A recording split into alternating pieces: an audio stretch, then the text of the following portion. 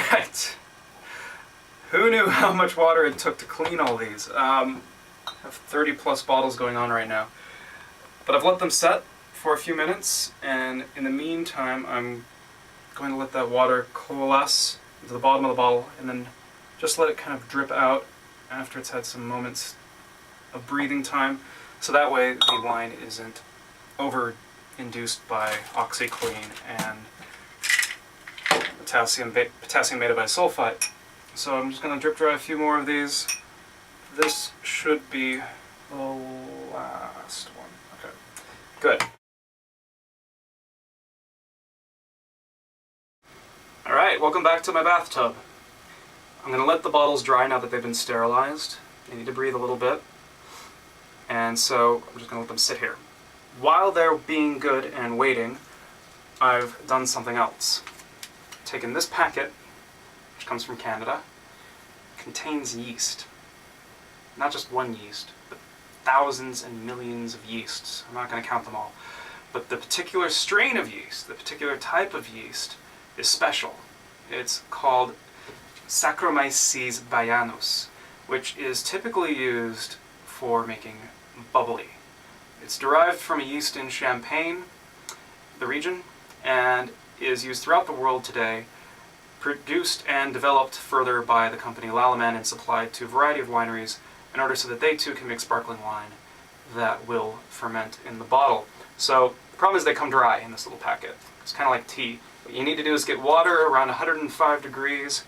Don't boil it, overboil it, or anything like that. Just get it warm enough.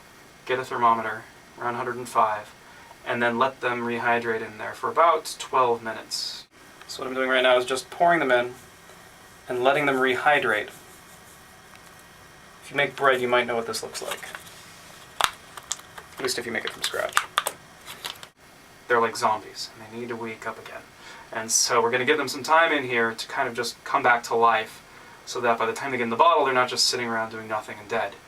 This way they have a fighting chance against any sulfur that's already in the bottles below me here. And so hopefully they will start re-fermentation. I will take these corks here,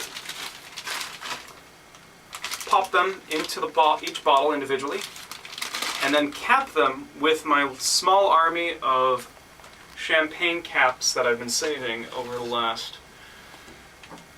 you don't want to know. But those will help to basically keep the CO2 contained and trapped so that it integrates into the wine instead of escaping out.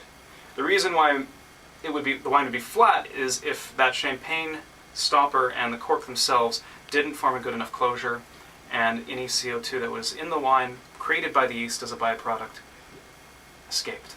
And so I want to avoid that. So once the yeasts are ready, once these bottles have fully dried out, and I've done a good job of basically letting them drip dry by just shaking them out. Just because I want as much wine as I can get into each of my bottles. I don't want a lot of water or OxyClean or potassium beta bisulfite if I can avoid it. So I'm going to let these drip dry. I'm going to let the yeasts finish rehydrating, and wow, they're already starting to come back up. They sunk to the bottom originally, but now they are charging back up to the surface of the water because they're becoming alive. That's how it's done.